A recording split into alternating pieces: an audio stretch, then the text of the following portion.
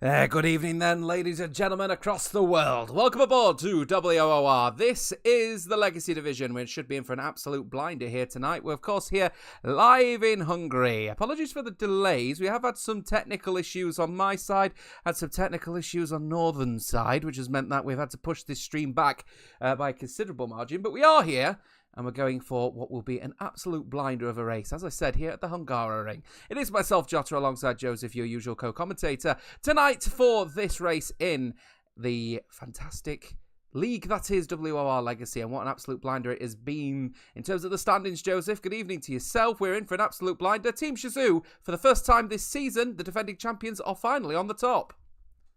Good evening, Jota. Good evening, everybody. Nice of you to finally join us, Blizzy Northern. Tell me about it. Yeah, as you said, Shizou on top now in this championship. They also do hold the biggest lead that we've seen in the championship so far since round 13. They have a 32-point lead over BRT. The last biggest, I believe, was BRT over CPI, and that was a 35 point lead. So finally a little bit of breathing room, but they need to replicate what they did last week, and what a magnificent result it was. Yeah, what an absolute magnificent event it was in the end, because what ended up happening was Shizou 1-2 in Japan, which led to what was, to put it bluntly, a massive points haul, because of course all of the potential teams that are in for this championship all were in a bit of a mixed bag. Obviously BRT are up there with Joe Murphy only up in third. His teammate nowhere to be seen, Ryderdal all the way as far down as P13. Made for a little bit of a mixed bag. And of course, taking a look at the next sort of nearest competitor in the likes of ET8, Agonized only managed to get P8. His teammate, as I said, Ryderdal down in 13th. And BRT's Joe Murphy nowhere to be seen with his teammate. So, look, it's a bit of a mixed bag, to say the least. That has brought Team Shizou right back into the mix. Should be an absolute blinder for this race. Yeah, it should be. And looking at those results last week, of course, you could argue it's maybe not ET8's strongest cohort, but it really wasn't a bad shift by Agonized and Ryderdal to bring home some points and limit some of the damage. They've got Epic Vale a couple time, console tier 1 race winner in the car today alongside Azem. So arguably a stronger pairing. But of course, time will tell with that one. It's always track dependent when making judgments on those sorts of things. Shizou fairly strong again. Gabor in for the second time in 2 races. That means he's only got one more race allocation before the end of the season. And Joe Murphy in as well again for the second time in 2 races. He's got a different teammate partnership because he has to have a different teammate partnership. Silo leaving for the championship leaders in Team Shizou. Tech Brutal comes in. A brilliant little pairing that is. Zane serving and qualifying bad for TRT. The team have eclipsed 40 penalty points, so they have one driver not taking part in this qualifying session in Hungary at a circuit where really you could do with not being in bars and tone, which apparently my capture card has now decided to do, which is absolutely fabulous. So we may need to take a pause while I get that one set up. But this is the critical thing, isn't it, for the drivers now with that qualifying ban around Hungary? That could be fairly critical. We'll be back in just a few short moments as we try and figure.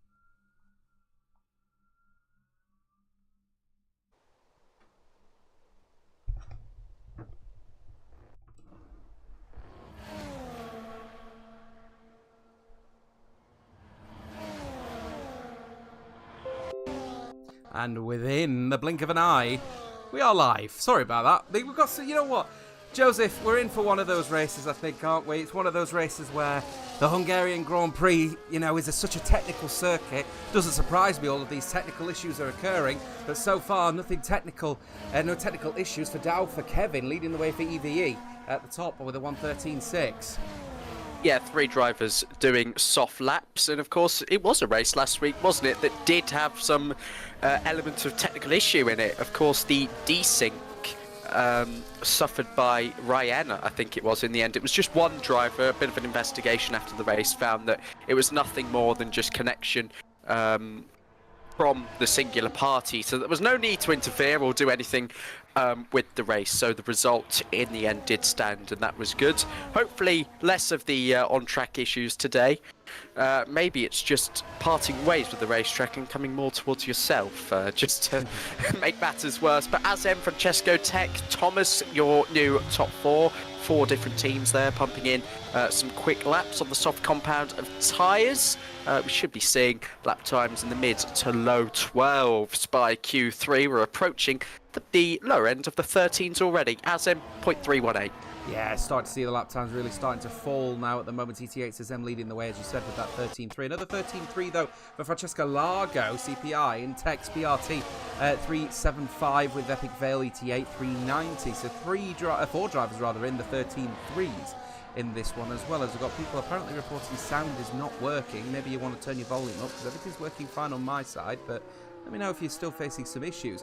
But yeah, it's going to be a good one, I think, this race, isn't it? You're going to be expecting some pretty intense racing ahead of us. So, you know, what are the expectations for this Hungarian Grand Prix? One thing is for certain, you really need to qualify well, which is obviously not of a massive benefit to the team in the midfield, TRT, with Zane.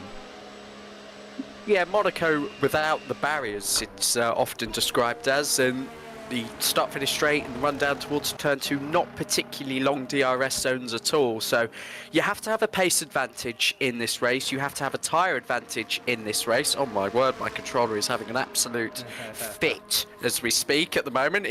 I'm going to just throw it onto my bed for a moment just so I don't have to deal with that. But yeah, strategically, give yourself the freshest tyres towards the end of the race. We should be seeing some long stints in this one, just to give drivers that pace advantage that I was talking about towards the end. Yeah, that's the critical thing, isn't it, though, for those drivers as well? I think the glitch that you're experiencing is the car being wheeled back into the garage. Oh, it's awful. It's awful, isn't it? It's like the vibration motors go at 25 times the speed of sound. It's properly aggressive. Either way, speaking of aggressive, at the moment, TTM, top of the standings in terms of the penalty points standings. Mubarak leading the way at the moment. On his, what it seems to be an in-lap now, actually, unfortunately, with a 15.102, well off the pace for Moba, his teammate. Where is his teammate, actually, coming to think of it? I can't even see him out there at the moment, but either way, his teammate, definitely a driver higher than him, as it stands so far. There he is. Thomas covers in 6th. Joe Murphy going fastest, 13.233, first person into the 13.2s in this Q1 section, and a decent effort from BRT, looking to try and claw back the points that they perhaps lost. In the battle for what is effectively now the last dash to the end of this championship. Yeah, Silo last week, the second driver for BRT. Of course, he had that spin at the Castillo Triangle. That, in the end, was pretty self-inflicted. And then he basically ran out of time in his own race. I believe he was off and had to leave early, so couldn't fight for any points in the end. And well, it wasn't in his best interest. He was straight out of the team the moment that the checkered flag fell. So, yeah, again, another bit of adversity for BRT. Not something that they've, struggled with so far this season. They've fallen to third in the championship several times, still second at the moment, and still a really good chance that they can recover. Yeah, thanks to people tuning in to let us know about the sound issues. We are experiencing some sound issues in the form of out of sync. Somehow the audio is coming through 2 seconds out of sync with everything else. So try and get back to you on that one and see if we can find a resolution as fast as possible on that. But in the interim, we still have a qualifying session to run, and no surprises, those in the 13.3s electing nay bother when it comes to going any further in this session. They're pretty happy. Alpha Kevin looking to try and improve. He's invalidated his lap, so he'll be diving into the pit lane. He should be happy with a 13.6 initially, but the lap times could tumble towards the end of this session. Markados, now that's a name I haven't seen in a while, up and down in P12. He'll be looking to try and improve his lap time in the RB, that is TF10.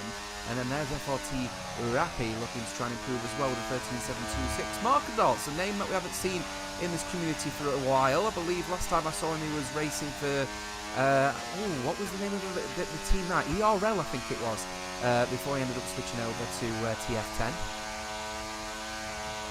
Yeah, he's still been, I believe, an ever-present in Console Tier 1. I think he's been reserving, so I don't quite have a consistent run of form for him to really know where he stands in this pecking order, but certainly still a driver that can compete at the very top. And TF10, of course, tried to fend off TRT in the battle for P6 in this championship. That looks like the most they'll get from this season. But yeah, Markador's about to go again here. He'll be the first car to start his final lap Q1. Big thank you to Jamie Rose, just offering everyone the advice. Refresh your streams, folks. That brings all the audio back in sync. Not sure how I've managed to break YouTube, but there you go. Figure that one out. Go through turn 1. Very pointy front end for Markadors. Exactly what I expected from the veteran. Oh. It's no surprises here as Alpha Kevin disqualified, blocking the pit lane. So the EV, I'm not sure what happened there to the EVE man, but he's blocked the pit lane, and that is the end of his qualifying session. So he'll be starting behind a driver who is disqualified. Well, he's not even going to be able to qualify. He's banned from qualifying, but disqualification goes below a ban. So the EVE man down at the back. Be interesting to see what caused that one. Here he comes then, going through the second sector at the moment is Markadors, looking to try and put at least a little bit of pressure perhaps on the front 5. It would be nice to see a 13.5 from the veteran. Misses his apex ever so slightly through the right-hander, but just over 2.5 tenths up in the second sector as he chucks the car through the right-hander, and looking very sharp indeed actually as Markadors. Again, the veteran looking to try and really put his name back out there as well. As I said, it's been a while since I've seen that name. Then chucking the car through the last corner and then piling it down straight to the start finishing line. Where is he going to challenge the top 5? Certainly is. 13.342 puts him in 3rd. Oh, bit of oversteer on the exit of the final corner for Rappy, who cuts the timing beam and improves by 0.08 of a second. That keeps him in P12 for now, but still some heavy hitters to come in Gabor, and off the track goes Simbarox 1. He's out of qualifying with an invalidation as well. Gabor at his home Grand Prix. Of course, he was never going to miss this one, and unfortunately, the times I have seen him round here in Hungary, he's never really had the result to show for it. Into the final corner, big moment coming up for Team Shizou. Another high pressure moment for Gabor, who delivers and goes P8. Second time in 2 weeks he's had to put in a lap at the end of Q1 simply just to get through. Yeah, championship leaders and the championship defenders now with the driver up to P8, but Oscar down the order in P12 at the moment. He'll be looking over his shoulder, makes it P10 with a 13.499. Rappy won't be improving. Here's Lorenzino for GT10 looking to try and put some daylight potentially between him and the drop zone, with Fede down in 15th with a 13.7. Quite a high drop zone time, that, isn't it? 13.7 this part in qualifying. He has found half a tenth though in the second sector, but not confident on the throttle for Lorenzino. Not finding any confidence to get on the power and use as much of the circuit through that corner. And then coming through the final corner now, want to keep it nice and cool, nice and easy, as close to the wall as he possibly can, as he will pile drive towards the start finishing line and will only improve and stay in P14. That's going to be risky. Fede looking to try and improve. Will he be able to put potentially a bit of pressure on Lorenzino? He will not. He does improve but stays in P15. Will Duncan get through? He will not. So Fede manages just to sneak through. GT10 I've got a driver through, but they'll be thanking the lucky stars of the Alpha Kevin Fede, because, well, blocking the pit lane sees you get disqualified, and as a result Fede just sneaks through. Yeah, it's been a really challenging week for TRT. A lot of change on their PC side, managers, drivers, all sorts of high positions, effectively leaving the team, leaving them a bit short on that platform. Rest assured, they say that their console operations are still going ahead as usual, but looking, of course, at the qualifying ban for Zayn, and then, of course, Fede narrowly getting through there. It doesn't look like a team with an awful lot of confidence going forward. With regards to Duncan as well, he's P16, joining Cyberrox 1. There's the only 2 drivers with the time to go out of Q1.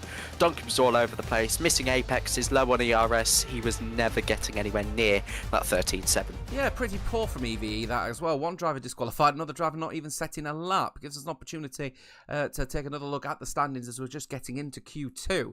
As I said, Team Shizou, new championship leaders, Joseph. First time this season, can you believe? It's taken 19 rounds for Team Shizou to have 2 wins to their name, take the top step of the podium, top step of the standings rather, and finally put in a charge to try and take the lead in this championship. But Bunga Racing Team and ET8 are hot on their heels. Just another 1-2 from either of the drivers and a drop from Shizou could see one of the teams in second and third really close down the gap.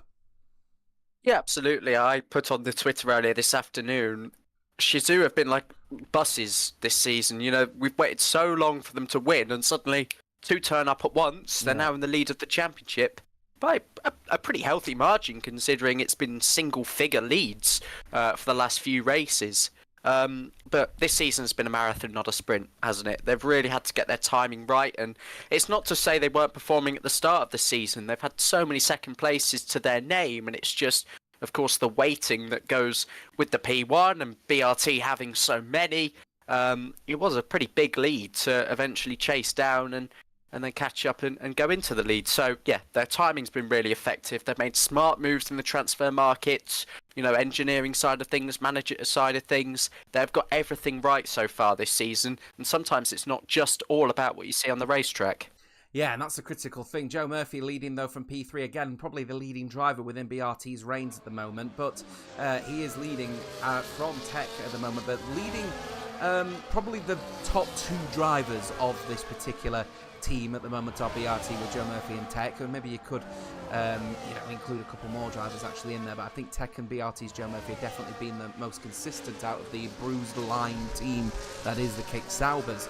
The question is, though, for them is, where are they going to find that form again? Because if you remember, Joseph, BRT were absolutely flying high at the start of this season, start of this game cycle. BRT looked to be the team of a high competitive nature, and as the season's gone on, ETA have really found their footing, put that pressure on, and then Shizou have just swallowed up the points where ETA and BRT have dropped, and that's the reason why we have such a close competition between these three teams this season. The question is, though, can Shizou keep up this momentum? Because they've found the form right at the death. They're now championship leaders again, but are they going to be able to hold on when you've got drivers that are proven throughout this game cycle in opposition teams? Yeah, I don't think it's been the case of BRT falling away as such. I think it's been other teams getting stronger as well. And again, it has been the pure strength of some of the lineups we've seen. Of course, Gabor coming back into the frame and of being competitive, let's say, on PC as well. It's, he's had a lot more driving, a lot more experience now. And I think that has just developed the other teams around them to come into a real swing of positive form towards the end of the season. So, again, whatever position this team finished this season, I think they can hold their heads up high and be an attractive force for maybe some of the talent shining through on the next game to give it another crack next season. But, as we say, it's a really tough final 5 races for them now. It's going to be hard for them to overturn the gap, I think. Markadal's not setting a really representative lap time with a 13.9. 13.7 from Azim. I reckon these are probably used soft tyres on these cars at the moment. But I'd like to take you, a bit of a thought about what's happened with Shizou recently, because of course, them and the Cedar Phoenix Igniters have obviously got themselves, big news in the esports sphere. In the last 3 weeks, Team Shizou and Cedar Phoenix Igniters have both confirmed that their teams are merging at the end of this particular competition to become the Shizou Phoenix Igniters. So, big opportunity for the Cedar Phoenix Igniters, and I think Team Shizou, want to sort of bolster their roster a little bit, because there's definitely a lot of drivers that are looking to get themselves promoted up into PC. So, great opportunity for Shizou, great opportunity for the Cedars. What's your take on this particular, piece of news? Because this is massive for both of the teams, isn't it? Yeah, we've not really spoken about it too much, so it's nice that we're coming to it now, but it's about shared interests, I think. They've got F1 rosters at a very similar level. They've been going head-to-head for the last couple of years now. So that brings together 2 strong rosters. And, of course, you've got drivers that want to branch out to other things. Possibly in the CPI roster, you're looking at the market on PC now. And there's so many great games. There's great opportunities to, of course, break into F1 esports. But, of course, the other titles now, like iRacing, Le Mans Ultimate, and whatnot. So, yeah, Shizou have always had a pedigree in branching out and being on those games. It's not quite been as active in the last few years. Maybe that's something that they're looking to bring back and use CPI as,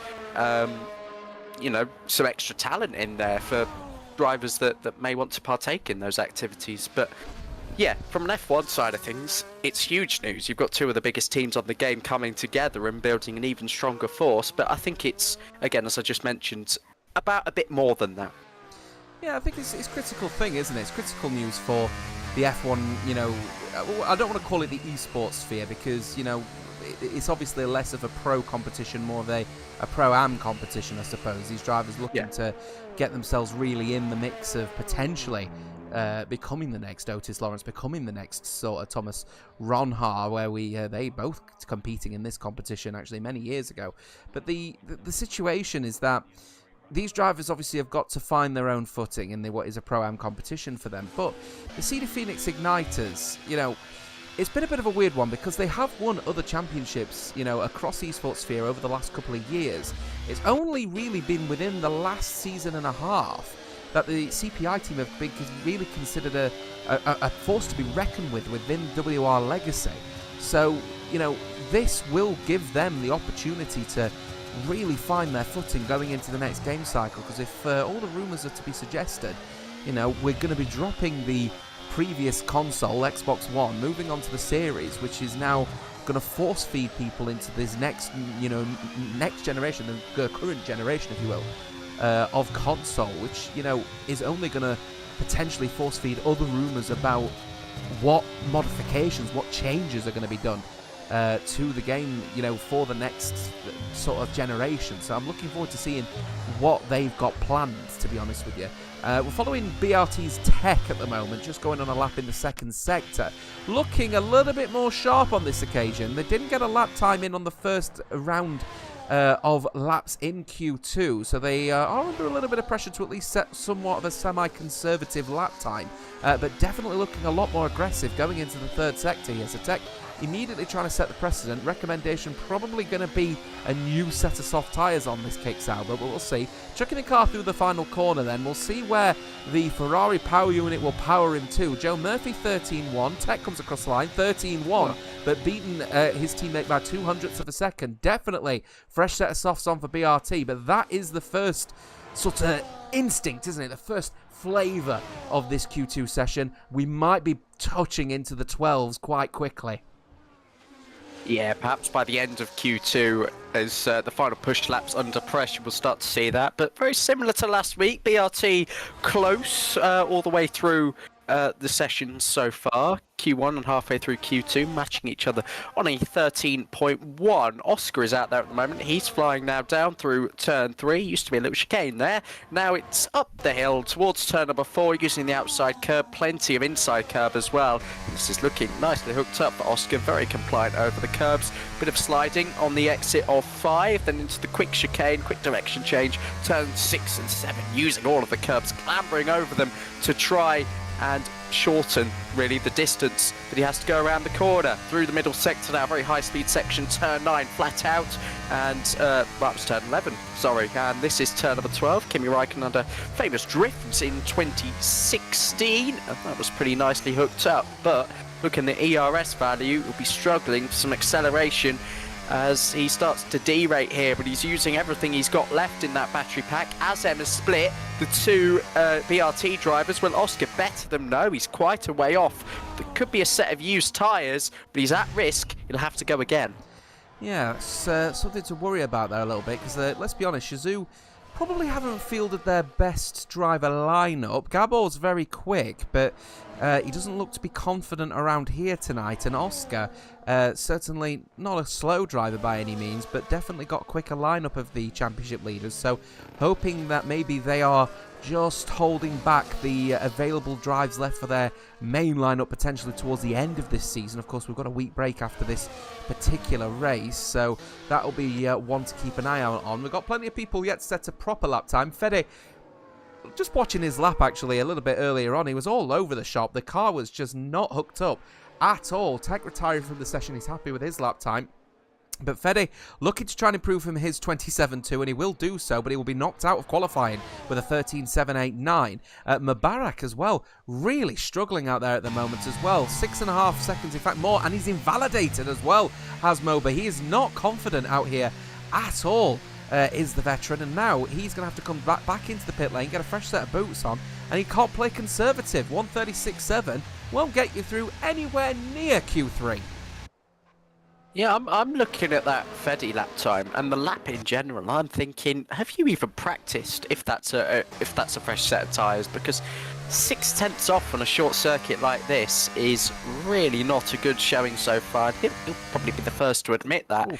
Having worked with Tatum in the past, you know, they are a really well-bonded team when it comes to practicing and delivering and showing a little bit of fight on circuit, but I'm not seeing that so far in this session. Gabor, driver at risk, he is, I think, on a flying lap at the moment. He's on medium ERS. No, I don't think he's pushing, and just maybe racing to try and get back into the pit lane. Again, he's left himself work to do at the end of this session, as has Mubarak, who has not had a clean run since he's come back in and started racing for TTM. He's had nothing really to show for it. So again, he needs to find 23 seconds to have a chance of competing for pole position. 58 thousandths of a second in the second sector for Gabor Santos, looking to try and get in close proximity, but the rears have completely gone, diving into the pit lane surely for those tyres. They are completely done for on that Alpine Renault, as we've got Matteo in there saying Fedi's lap, well, that was his second lap on those tyres. Yeah, but in defence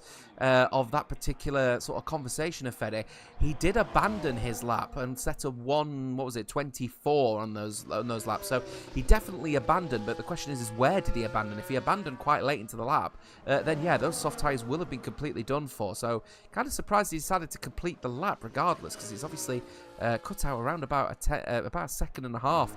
A minute and a half rather, of his available lap time as a result to get out there. So he's got time though, just might be under a little bit more pressure. Thomas Covers, he's up a tenth and a half in the first sector alone. The TTM man looking to try and put at least a little bit of pressure on the front five with that particular sector. Looking actually like he's willing to take a few gambles actually on the white line, which is a bit of a risk considering he's P10 at the moment. He will be knocked out if anyone improves behind him, as he chucks the car through the right-hander. You see what his sector 2 split is, nearly 0.2 of a second he's up, so he's definitely potentially challenging the likes of Epic Vale at the moment. So reckon probably a P5, P6 lap incoming here as he comes through the left-hander and then chucking the car through the right-hander. The TTM Red Bull looking to at least put some pressure on the front five if he can. Mubarak is struggling. Will Thomas Covers, P4, nice effort, 13-2. I think TTM have got one driver through. Yeah, good effort there, and out of sync, of course, maybe to just pile the pressure on the likes of Gabor, Fede, Marcados, Lorenzino and Mubarak, who are still to set final laps in this session to get them out of the drop zone. Also out on circuit as high up as P6, Francesco Largo. Time will tell if his teammate Gatkowski joins him out on the circuit. I don't think he has. Yes, he is actually. He's just left his garage now. I can see a McLaren heading towards the end of the pit lane. Another driver who may feel like they have a little bit of work to do. So plenty of drivers out there. Six remaining positions in Q3 to fight for, and Marcados is the first out on circuit. I think 75,000's up in the first sector. Validated immediately going out of that corner though. He's got enough time to get round again, but he's going to have to recharge the batteries and have another go at this one. Next person will be Mubarak, TTM, looking to try and improve in the first sector where he can. Sector split coming up imminently. We'll see what his lap time is here. 65 thousandths up in the first sector, but he's definitely not pushing in that first corner. He's playing it more conservatively, and I don't blame him. 36.7 means that he can't push too aggressively, so he's going to have to hope for just sheer pace behind him, in front of him, and around him in that Red Bull. Looking through the right-hander where then he'll really take it to the edges here as Thomas Covers has retired. His teammate is happy, is Mubarak, but Mubarak at the moment is not. He's now coming through the second sector split. He's 10 seconds up, would you believe, in the second sector. I think that's a testament to where we know he abandoned his lap now, as he then chucks the car through the left-hander, then through the right. He's not going to get blocked at all by that TF10 driver, as he then comes across here and he'll want to try and set a competitive lap time. Will be anywhere near his teammate, or is he going to be at risk? Comes across the line. I'm sorry, he's at risk. He's met Epic Vale's lap time of a 13.340, but he's definitely going to be at risk with that particular lap. Here comes Ryan. He comes across the line. Is he going to push Mubarak down? He has. He's gone P4. Thomas Covers down to P5. Mubarak now definitely 100% at risk. Keep an eye out on other drivers around the field at the moment. I'm keeping an eye out on, should we say Marcados? Marcados is still on the lap. Maybe Lorenzino, GT10 man. We're expecting GT10 to be towards the back of the field, let's be honest, but this is a good effort from Lorenzino to get through to Q2. Checkered flag now out in this session, so we'll see what the final lap times are going to be as Francesco Largo coming across the line to go fastest of anyone for CPI. Decent effort, 13.113. Here comes Lorenzino through the next couple of corners then. We do have an Aston Martin coming across the line. I believe that will be Epic Vale. We'll see what his lap time is. She should be beating the 13.340. He's out. As he's going to be really struggling here at the moment. He's going to struggle here. Here comes Lorenzino. He comes across the line right now, and he's out of qualifying with a 13.478. Epic Vale knocked down to P10. Mubarak is out as Epic Vale goes fastest of anyone so far with a 12.994. We were expecting that one. Mubarak is out of the run-in. Marcados just misses out. Does the RB, and the TF10 man will start from what was at one point in our esports career. Second pole as Gabo Santos is also out, the Team Shazoo man. That is critical for Team Shazoo. The championship leaders have lost a driver.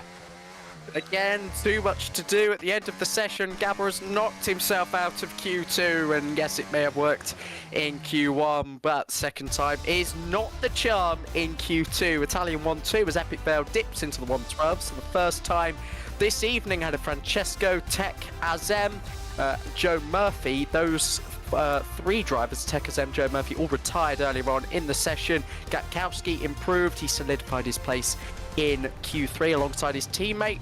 Ryan, Freddy, Covers and Oscar are also in. Markedos just missing out. Mubarak 2. Gabor leaving himself too much to do ahead of Lorenzino, and Rappi not improving on his final lap, though he was valid. Disappointing there for the FRT man.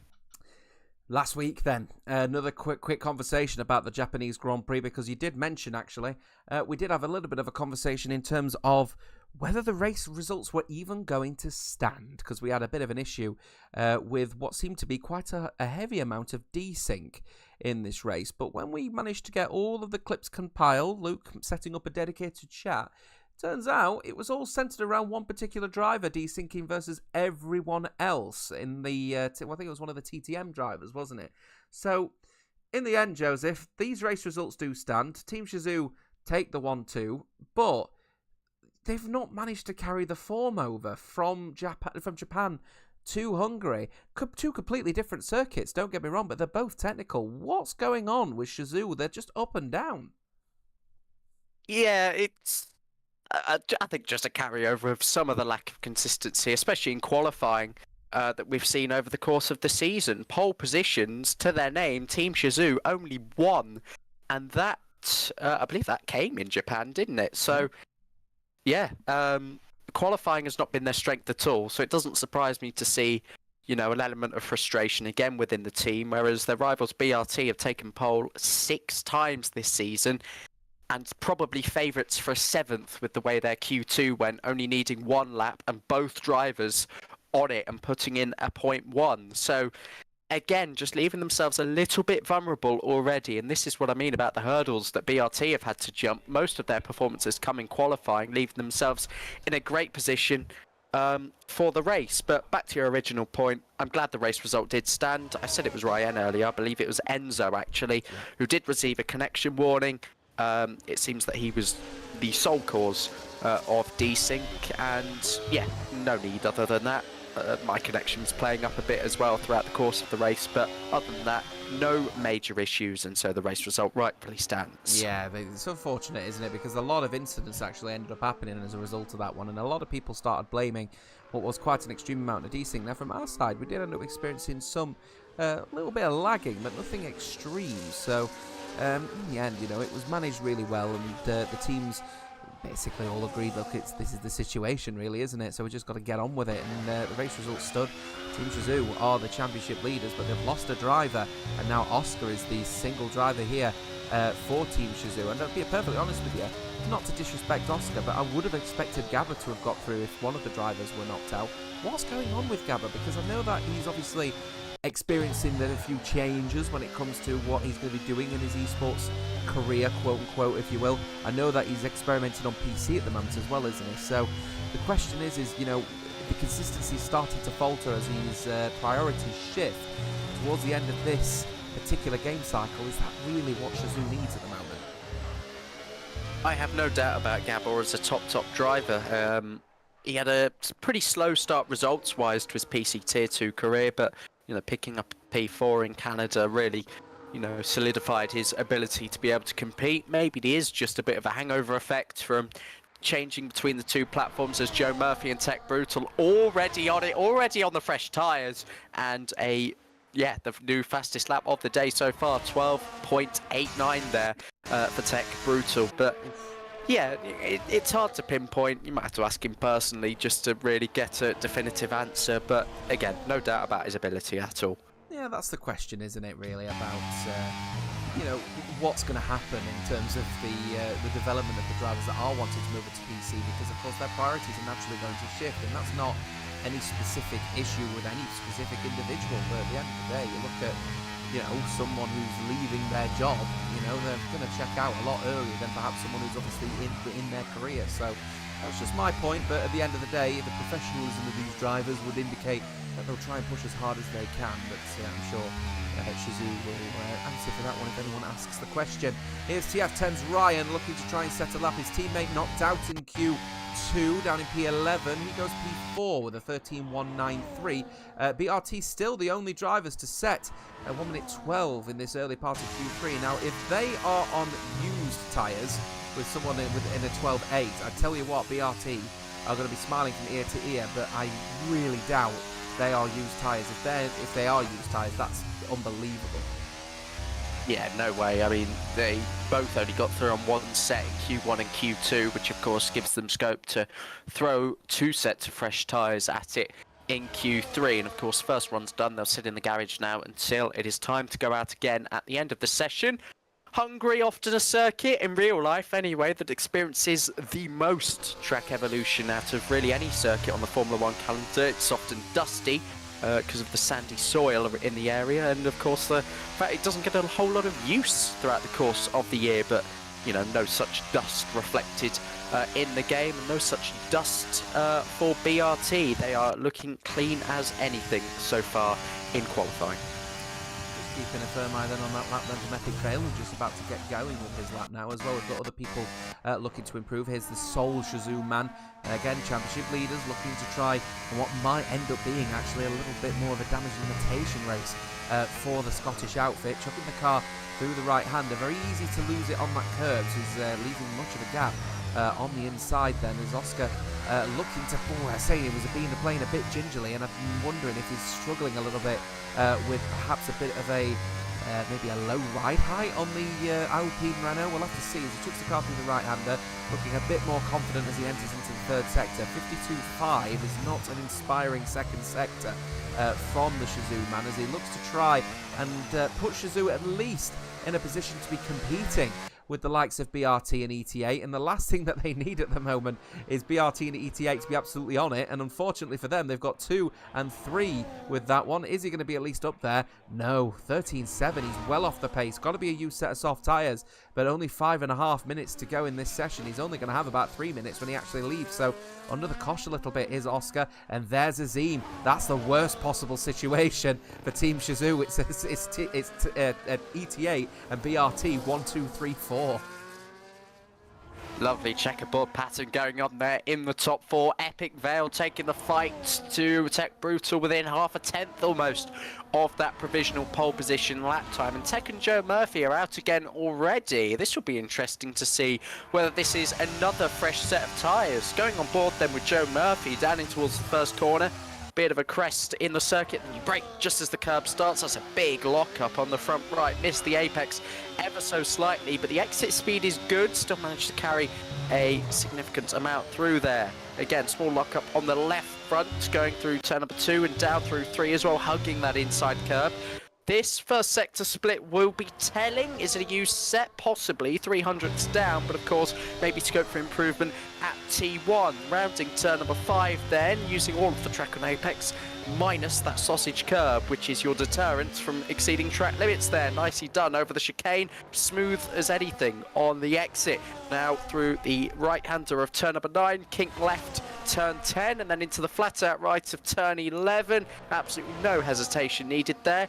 He's still pretty much matching his lap, so no indication that this is a used set of tyres. Could this be the Brit's last run in the session? Yeah, potentially. Here's the fake Venezuelan, Irish, Madagascan, or whatever flag he's racing today. He is boxing, so I reckon that is probably a use set of soft ties to see if he can try and improve at least on a use set. There's no harm in doing so if you don't bin it, and BRT at the moment are probably the ones in form when it comes to at least trying a little bit of a gamble like that one. I'm keeping an eye on Gatkowski, who managed to find a little bit of time, actually. 4.5 tenths and puts himself up to P6 as the CPI man. A little bit of a no man's land situation for CPI at the moment. Not really pushing towards to the top 3, but TTM are not really putting any pressure from behind either. So what probably should be a little bit of a round off now for the next few rounds before they end up with their merger with Team Shazoo.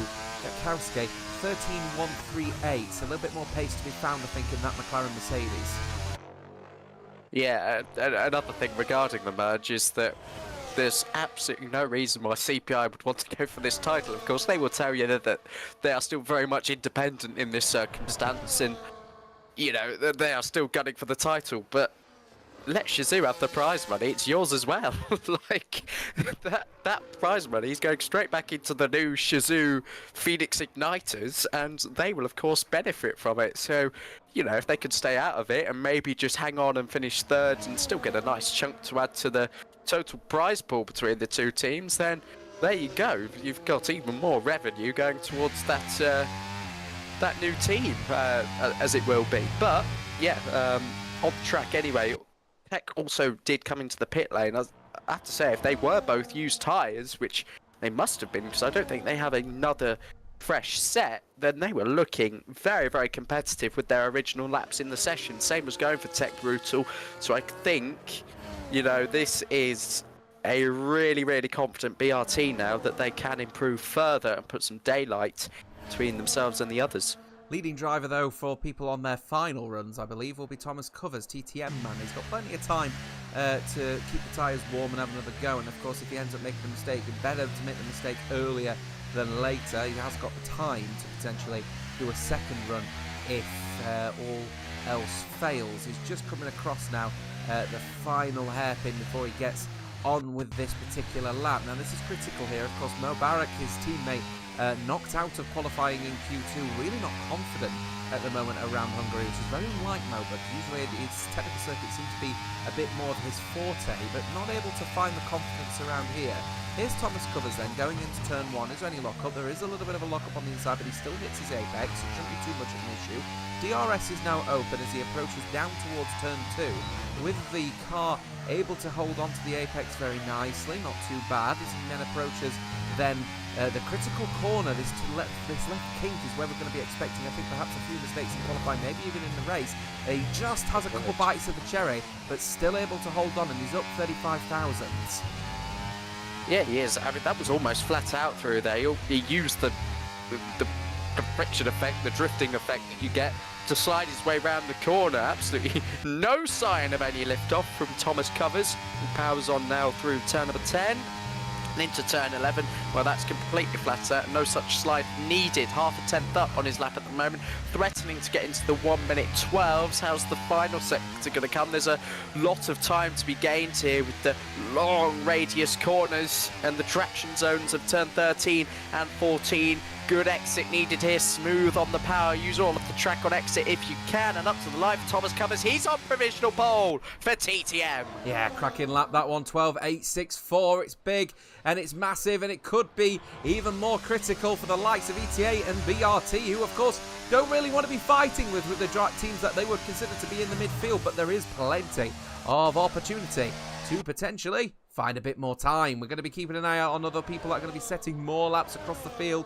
I'm just trying to figure out who that one will be. Shazoo Oscar is improving. He's up half a second in the second sector, so he's found the pace. I don't know what his first sector is, but the checkered flag is waving, so he'll be the first person to set his last lap. Here comes then Oscar. Is he going to put pressure on the front? He's beaten Azim, but only just into the 1:12s with a 1:12.999. Is it an emergency for the likes of ET8 Azim, or is he going to find the pressure? It is an emergency. He's invalidated. So Shazoo have at least outqualified one of their competitors.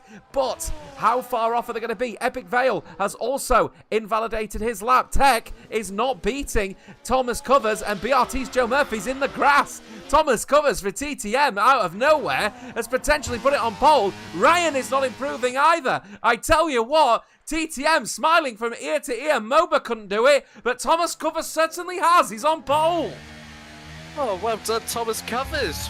Absolutely, everybody's thrown that final lap away. A few drivers, yeah, improving, but nowhere near that 0.864 that Thomas Covers has put in, and the team with the second most pole positions in the Legacy division this season with 3 have just made it 4. It's been one of the things they've been good at. Thomas Covers, I believe that's his first of the season, but there's been so many races I couldn't actually tell you for definite. Yeah, another new name on top of the timing sheets in qualifying. BRT, having had so much pace, have felt the pressure at the end of Q3.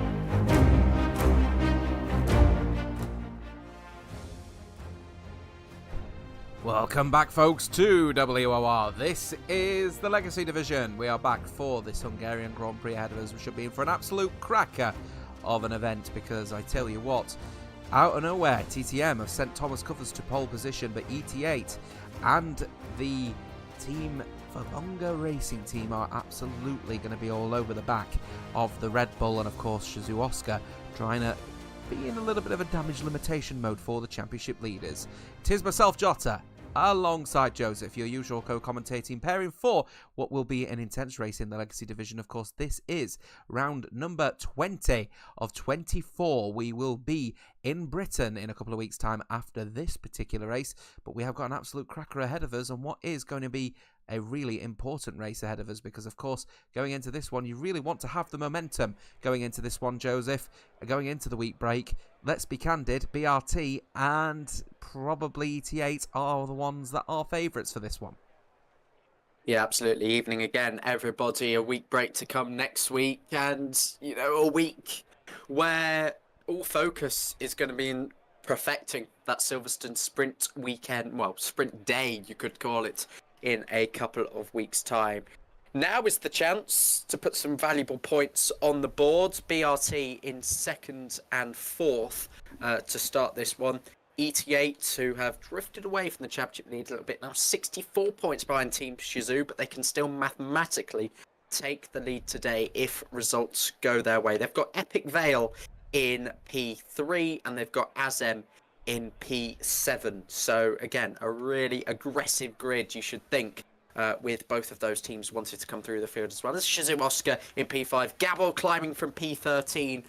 Some of our main protagonists up and down this grid. It should make for a thriller.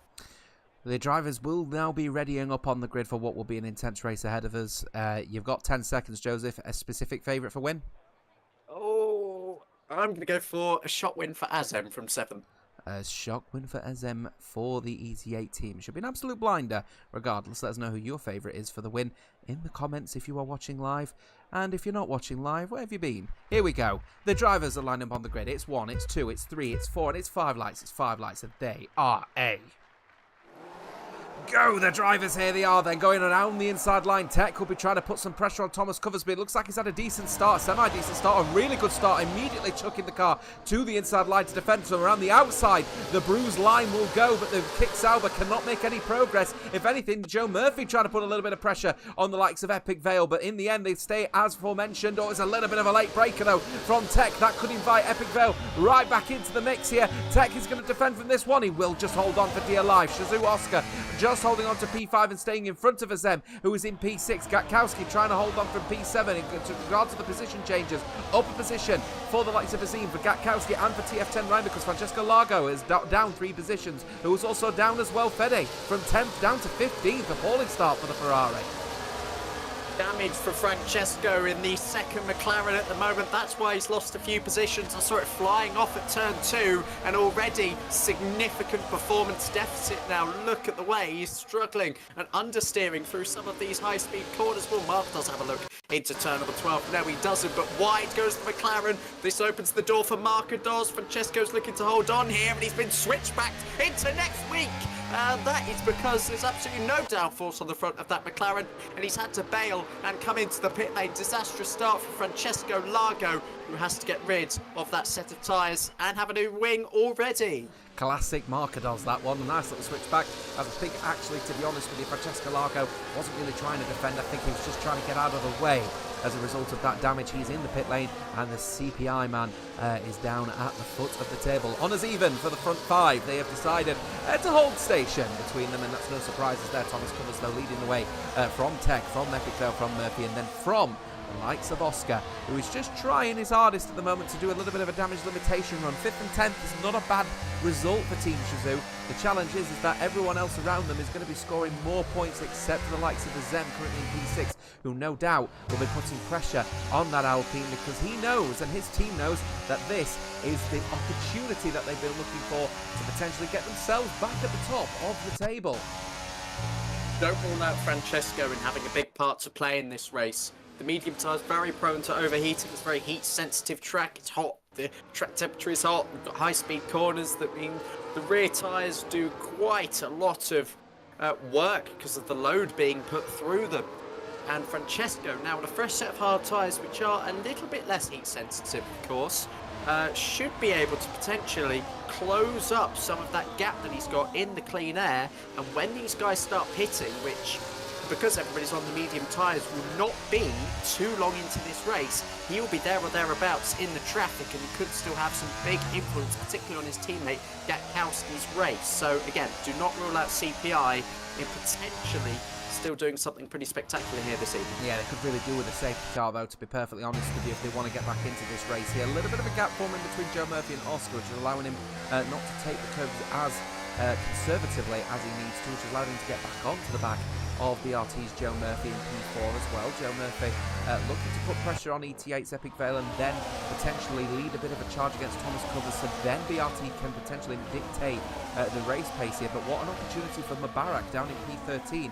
Thomas Covers, his teammate at the front, is going to allow him to dictate the pace and potentially allow for a bit of a DRS train to form. The problem is his DRS train is only going as far down as P10 at the moment, because Rappi is 1.7 seconds back, as we've got Alpha Kevin and Silverox 1 getting in a little battle. That's for P15 and P16 at the moment. In fact, they're still battling at the moment, are the two back markers, as Silverox 1 does manage to get the move done. Oh, but a bit of a send, though, from the Alpha Kevin to try and hold on, and they're still going side by side and off the track. The Williams will go. Silverox 1 effectively just pushed off of the circuit and has to manage his own race pace. In fact, getting into a little bit of a battle from Duncan, who gets into a little bit of a tank as well, a bit of a battle as well, losing the rear ever so slightly, and Duncan can't maintain that little battle as well. We've got Zane and AGK's racing for EVE rather in their own little scrap as well. TRT, this is a battle for P18, can you believe, as they're still going side by side. Would be very unwise to go side by side through the next corner. No surprises, Zane gives up the position, relegates himself back down to P19. No positional gains for Zane so far in this race. Moba has damage, by the way, so you talk about an opportunity for him. It's dwindling at the moment. I saw him run off the track on lap 2, so potentially he picked it up before then, maybe at the back end of lap 1 where we didn't quite see it. So yeah, Moba unfortunately going to be struggling, and it looks like he's going to be staying out there as well for as long as he can. Francesco, I was mentioning his part to play, he's gone into another set of hard tyres, so I'm not sure whether his wing didn't change. It looked like he was still, what, 18 seconds off the pack? So yeah, now he's 45, so that second pit stop was longer. I think his front wing wasn't set to change in that first pit stop, so he's lost another heat load of time, and well, that is, yeah, effectively him out the race now. Yeah, and Fedham gets the move done on Mubarak as well, and what is now turning into an absolute stinker of a race weekend for the veteran. TM's Mubarak will be disappointed.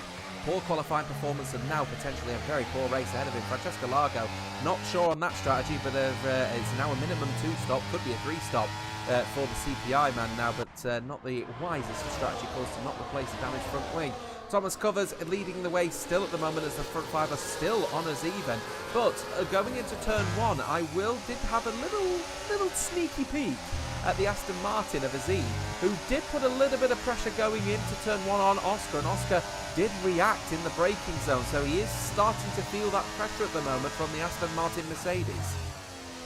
Yeah, I think pressure would be the key word in this first stint. Really no moral interest in the top few teams to throw overtakes at each other, purely because these tyres, they are degrading. Potentially, I don't know the exact, potentially up to 5% a lap if they're really pushing. So they're going to get rid of these fairly quickly, and we're already seeing some overtakes, and these are, presuming Duncan doesn't have any damage, this is a genuine pit stop to try and throw something at this undercut and try and gain some track position. Is there any damage? No, there isn't. That is the first pit stop being made. It's onto the hard tyres, and this is about what I expected. Yeah, what is GT10 cooking? A little bit of an early pit stop versus everyone else, wanted to get Duncan potentially in the mix. Is the undercut going to work? It's not known for being a really powerful undercut around here, but you never know. It could be potentially one. Definitely not going to be a powerful undercut if you lose it on the curb, though, Duncan. Keep it nice and cool, nice and easy.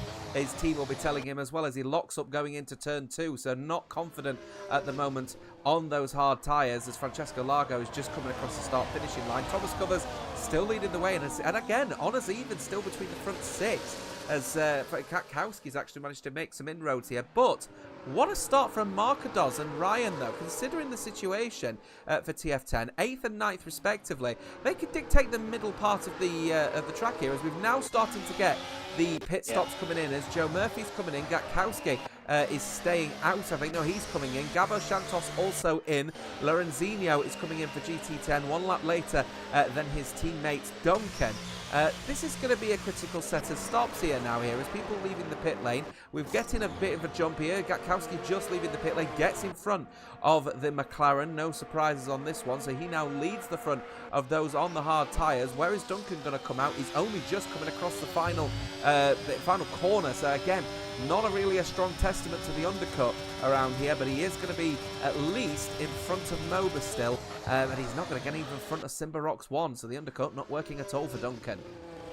Yeah, put the gap to leader on. Established now it's about a 19-second pit stop. So Joe Murphy 20.3 off his teammate and race leader Tech Brutal. What does he do in this situation? Does he back up the pack ever so slightly and allow Joe Murphy to potentially take the lead using the undercut? I think that's in the best interests of the team here, and potentially what he's doing, just turning down the pace just a notch or two on this lap as he looks set to respond and come into the pit lane. BRT could have themselves potentially a 1-2 here as he comes into the pit lane now. Staying out is Epic Vale. He'll take the lead of this race as they look to just stretch the medium tyre a little bit further, get every last bit of performance out of them, and like I said earlier, give yourselves the best chance at the end of the race with the pace advantage to make some overtakes. Yeah, here comes Oscar then making the moves then, as they can see all the hard tyre runners of Tech leaving the pit lane. Here comes Joe Murphy. He's just coming down the main straight.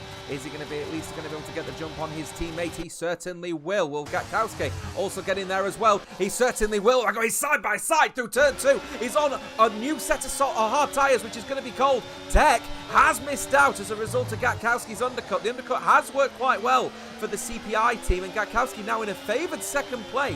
Now, remember, Ryan has made the pit stop as well for TF10, so we would expect Markados to do the same later down the line. Azim pitted, so we would expect Epic Vale as well. TRT could make a little bit of a bold call if they want to, but as it stands so far, that 1-2 potential look-in has just faltered a little bit because of a rogue CPI Gatkowski, who is now in a net P2.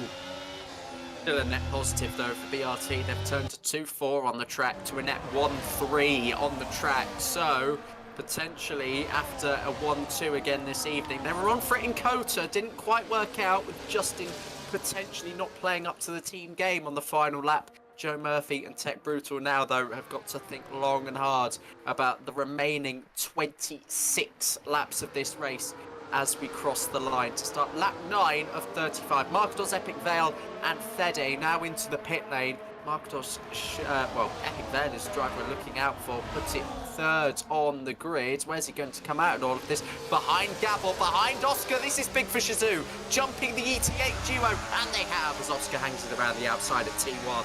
Yeah, they've left it a little bit later, have ET8, and unfortunately for them, both of the Shazoo guys have managed to get in front of them, and that's pretty critical, as I said, in this championship hunt for the likes of Team Shazoo. The last thing that they needed was to lose positions at a circuit where it's very difficult to overtake at, and ET8 have lost both of their positions to Team Shazoo, so BRT are going to be the main beneficiaries as a result of this one. We'll get an update on the standings at the end of this race, so you guys know where all the drivers are at before the shooting inquiries inevitably come into play. All we do know at the moment is it's a last to first-ish challenge for the likes of TRT Zane. He did get disqualified, or in fact he wasn't able to qualify at all, so he started back at the back of the field, and he, as it stands, is leading this race, but of course still needs to make his pit stop. As I'm looking an eye out on the map at the moment, seems to me as if he's extending his medium stint at the moment.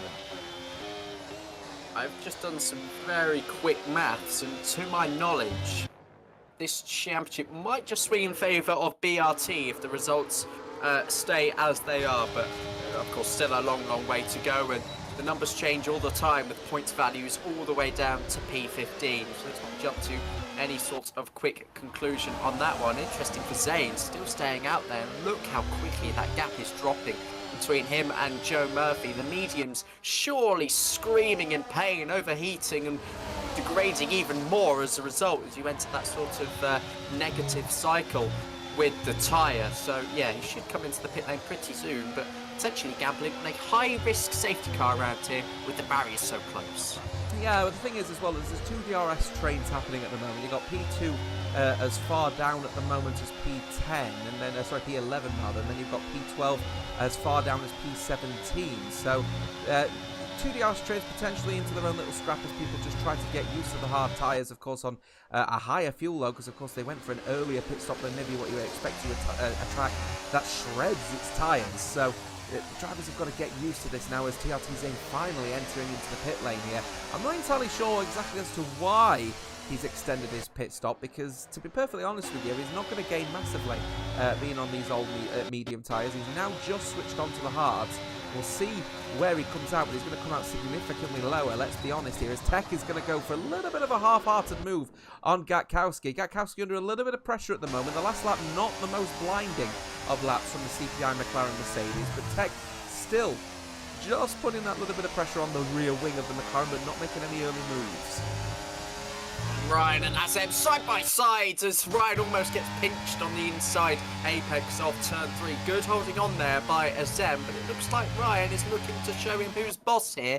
I've got a little bit more pace. Let me split your 2 drivers and see what I can do in this train. But Azem holds on pretty fiercely there to maintain the status quo and the Noah's Ark positions, really. 5th and 6th Shizou, 7th and 8th ET8, TF10, 9 and 10, and very soon it could be a BRT 1-2 as well, with the way that Tech Brutal has been attacking on this lap, just a 10th behind Gatkowski. Yeah, the drivers go in 2 by 2, hurrah, hurrah, but the thing is ET8 at the moment are not really hurrahing at all, because they really are not comfortable at the moment on this second in the second stint. I don't know if the hard tyres are just not suited at all to the setups on those Aston Martin Mercedes, but to me, it screams to me as if ET8 just not finding the pace. But Epic Vale has had a really good exit out of that corner, and he's actually going to put pressure on both of the Team Shizou drivers and gets a double potentially here. DRS available, but he gets the move done on the likes of Shizou Oscar. Is he going to get the move done on Gabor as well? He won't on this occasion. I did say they were not comfortable, but coming out of the final corner, he got a real jump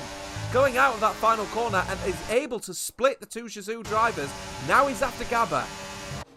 Yeah, lovely exit and lovely drive from Epic Vale to get past Oscar there. I didn't feel for Gabor momentarily. Front left to rear right contact doesn't usually end too well on the F1 game, but fortunately, as we often say, they are both able to be pointing in the right direction still and get on with their race. Just watching the move again on the live stream replay, it was really aggressive. Late braking, probably about 10-20 metres there, just to make sure he got past Oscar. Maybe a bit of a risk, as I say, pushing Gabor through there, but again, no harm done in a situation like that. Well measured. Keeping an eye out on Tech as well. He's really putting the pressure on Gatkowski at the moment, coming through the penultimate corner, now going through the final corner. He's getting on the power a lot earlier than the McLaren, but he's washing out wide from the dirty air, and I don't think he's going to be looking for any kind of moves initially. Gatkowski's got the DRS. He's not looking to make any move on BRC's Joe Murphy. Is there going to be a late breaker from Tech? No, not on this occasion, but Thomas Covers is happy to get into the mix, and here comes Gabo Santos trying to defend from Epic Vale, as Epic Vale is going to have to defend here from an attack here, but looks like we've also got a move from Azim and Oscar as well. Remember, this is critical. ET8 and Shizou are in their own little scrap in the championship, but on as even between these drivers. No initial moves, but Oscar really starting to put the pressure on the likes of Epic Vale, but Epic Vale gets the Epic Vale on Gabo Santos, but Santos does a good effort actually to defend from Epic Vale as he gets a tank slapper. Does Oscar, and Azim potentially getting in the wing mirrors, but no move going through the chicane. 64 points again, separating the 2 teams in the championship. Shizou in first and ET8 in third. 64 too many from an ET8 point of view. They want to take points off the championship leaders. They want to continue this 3-horse race in the remaining 4 rounds of the season that we've got after this. What a season it's been, running halfway through round 19 of 24 in the longest Legacy Division season to date. Will we see another bit of aggression here from ET8's Epic Vale? He's got lots and lots of battery to play with. I'm happy to reveal that, and he's burning some down the start-finish straight, but Gabor has plenty in response, and I tell you what, Gabor wasn't using overtake there. He's got a very quick car in a straight line. He's looking to make the most of these straights. when the opportunity arises, I would suspect. Yeah, and I think you're just actually responding to potentially Rayen in the chat saying, I wasn't. well, I didn't can you let us actually know see that. the ERS, please? But Joseph saying no. Well, Joe, No. you did mention a little bit, Joseph, about the battery levels. Now, the question is, why are you not streaming the ERS levels? It's for the same reason that you see there, the screen is black. The reason why is because I don't want to give any specific driver a potential advantage, or any team a specific advantage going through these races. That's the reason why I don't stream with any kind of HUD in relation to the battery level on this race, because the last thing I want to do is give any kind of advantage to any of these drivers. So unfortunately, I'm not showing it to you. All I'm going to tell you, though, all you will know is what is the drivers are going to see, which is the red blinking light on the back of these cars when people decide to go into ERS none. Once again, Gatkowski losing more time to Joe Murphy, and that invites potentially Tech into a little battle. A little drop into none before going into overtake for Gatkowski. Is the move going to be done here for Tech? Is he going to put the pressure on that McLaren Mercedes? He's certainly getting in the wing mirrors, but once again, not looking for the move, because Thomas Covers has immediately put pressure on Tech, and his Tech going to end up paying the price for his conservative approach in the battle with Gatkowski, potentially. But down the outside, Thomas Covers is not going to look for it. That's a warning sign for BRT. Tech is going to tell, BRT going to tell Tech to get his skates on. Oh, that was almost Thomas Covers there catching Tech Brutal, napping the pole sitter Thomas Covers in his second appearance of the season, third if you include qualifiers. Thank you to Tez, by the way, earlier, who told us that in the live chats, more specifically me, who cannot remember a thing about what happened back in August, September when we first started this season. Wow, what a long time ago that was. I was still at home. It feels like a long time ago indeed. Lap 15 of 35, and just to add to what you were saying about the ERS, I will tend to comment on it purely because it is part of the race, and of course there's quite a delay from when we see things and when you might see things in some circumstances. So it doesn't give a whole lot away when I mention it, but of course for the purposes of the stream, you don't want those live values ticking away and giving any driver a potential advantage. Oh, Tech is really starting to put pressure. Here it goes, dive bomb. Oh, it's not there. Most excellently crafted attempt here from Tech. He definitely had the drive, but that's now going to invite Thomas Covers into the mix. Is he going to look for it? Oh, the door is firmly shut in his face. From the kick Sauber, the bruised lime has been bruised further by colliding into the side of that McLaren, and unfortunately the bruised lime and the bruised orange, if you will, getting into a mix. Oh, and you can definitely tell there's a little bit of pressure. It's starting to ramp up now. We're just under halfway into this race, and to say the least, Tech is definitely trying to put the pressure on Gatkowski. He was definitely caught by Thomas Covers there, and I think he's just starting to now begin that process of putting pressure on P2 and try and get a BRT 1-2, and what that will do in the championship will blow it again wide open. Yeah, Gatkowski, really smart defending there, did not give Tech any sort of apex room because the space wasn't there at all. He had absolutely no right in the end, Tech Brutal, to try and really force that one through. Here we go again though, slightly bigger gap between Joe Murphy and Gatkowski. Maybe Joe Murphy just putting some of the afterburners on to try and stop Gatkowski getting a stronger slipstream.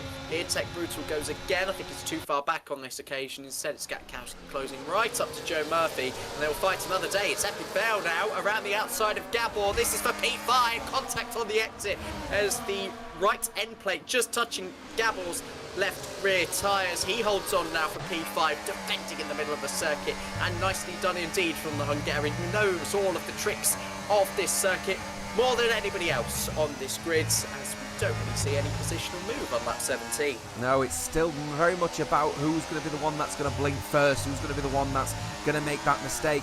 Gabor Santos holding on to P5, but Epic Fail again. This little battle happening and brewing between Team Shazoo and ETA is going to continue, and what this is just the best news possible to BRT. If Tech can get the move done on Gatkowski, they could start to formulate their own little plan, whilst Shazoo and ETA are in their own scrap for 5th, 6th, 7th and 8th, which is the last positions that you really need. And speaking of what you don't really need, it's a 3-second time penalty for Duncan, and he adds to what is the woes of the likes of Alpha Kevin and unfortunately Mubarak, who also gets a 3-second time penalty for multiple track excursions in what has been an absolutely appalling race. It's probably one of the worst races I've seen for Mubarak as well. It's really unfortunate for the TTN man. Meanwhile, his teammate Thomas Covers just trying to defend from a potential attack from Gabor. Oh, he's made a mistake going into the corner. He definitely got caught out by potentially a small attack here, as we've got more people battling as they go side by side between the likes of ET8 and Team Shizou, and there was a collision between the likes, I believe, of Oscar and Azim. Yeah, it looked like they just banged wheels, and suddenly Azem was onto the grass, and he bounced. He was bouncing on the grass. It's an absolute miracle. He's kept the car going. I'm going to clip that. I had a brilliant onboard view of it just to have another look at it, but it looked like two drivers just colliding in terms of trajectory. One wanted to go right, one wanted to go left, and then all of a sudden the collision happened. And again, both drivers very, very lucky there to keep going, as M's still in the train in 10th with no real pressure behind him, but he's got to do some of this hard work all over again. And TF10 are not going to give that position up very easily as well, because they are looking pretty racy and actually working with each other quite nicely. Orion and Markados at the moment in 8th and 9th respectively. Again, classic Markados here, working with the teammates so well. Thomas Covers P4 now, trying to get up that up the back end of Tech here. I would argue that Tech is looking a bit more racy versus Gatkowski, but is he going to look for the move on this occasion? He is going to the inside line, is the McLaren Mercedes. He's feeling like he needs to, but he's going to put himself offline for the exit, and as a result it's a mistake, as we've got Azim and Markados. Markados has made a mistake, and that's allowed Azim up to P9 here. Is he going to go for it? Oh, into the back of him from Markados as well versus Azim. Perhaps a little bit of a rusty nature for the TF10 man. 10-second penalty for speeding in the pit lane for Dow for Kevin, who retires from this race. But Markados making a bit of an uncharacteristic mistake has allowed Azim up to 9.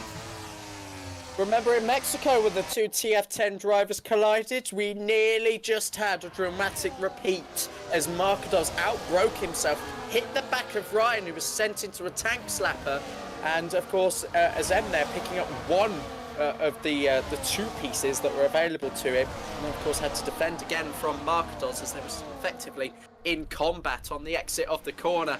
Nearly race ending for both TF10 drivers once again, and it's been a real Achilles heel for some reason, not being able to race each other properly. That's something they really need to address before next season. Needs to be revealed on that towards the end of the game cycle, and indeed when we hear more news on F1 25.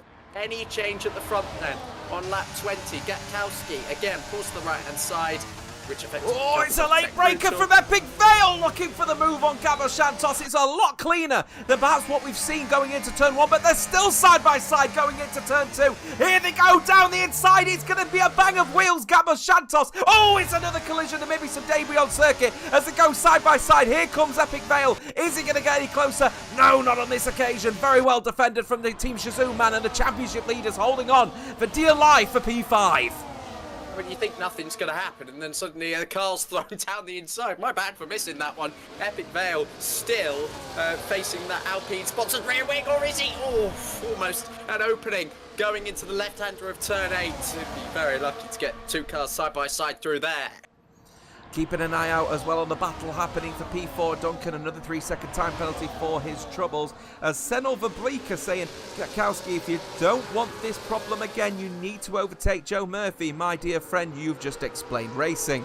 Keep an eye out on Gatkowski, who is actually losing a bunch of time to Joe Murphy, and that may offer an opportunity for Tech Brutal, but Tech Brutal, he just can't get that final corner right. He always seems to lose a bucket of time to the McLaren of Gatkowski at the moment. Is he going to go for the move then potentially to the corner on this occasion? He thinks he needs to defend again, and he has to hold on to that inside line. Tech Brutal can't get in there. Thomas Covers getting closer once again.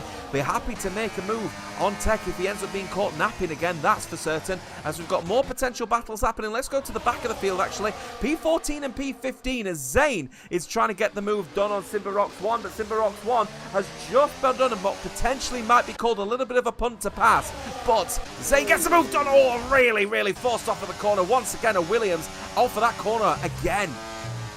Yeah, it was second or third time they've been off the track tonight.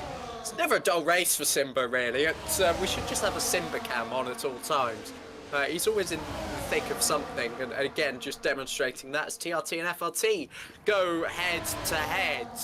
Tech Brutal closer than he has been for a little while on Get House to be through turn number 11. Be interesting to see if this is the opportunity, but yeah, Tez explaining the ERS thing a little bit better there in the live chat. But Brian, I'll happily send you a message if it breaks the language barrier a little bit for you after the race. Here we go then, lap 21 of 35. I don't want to miss anything here, so I'll let you take it away for this one, Johnson. Yeah, keeping an eye out on Tech. He was looking like, again, he wants to put the pressure, but Gatkowski more defensive once again going into the corner.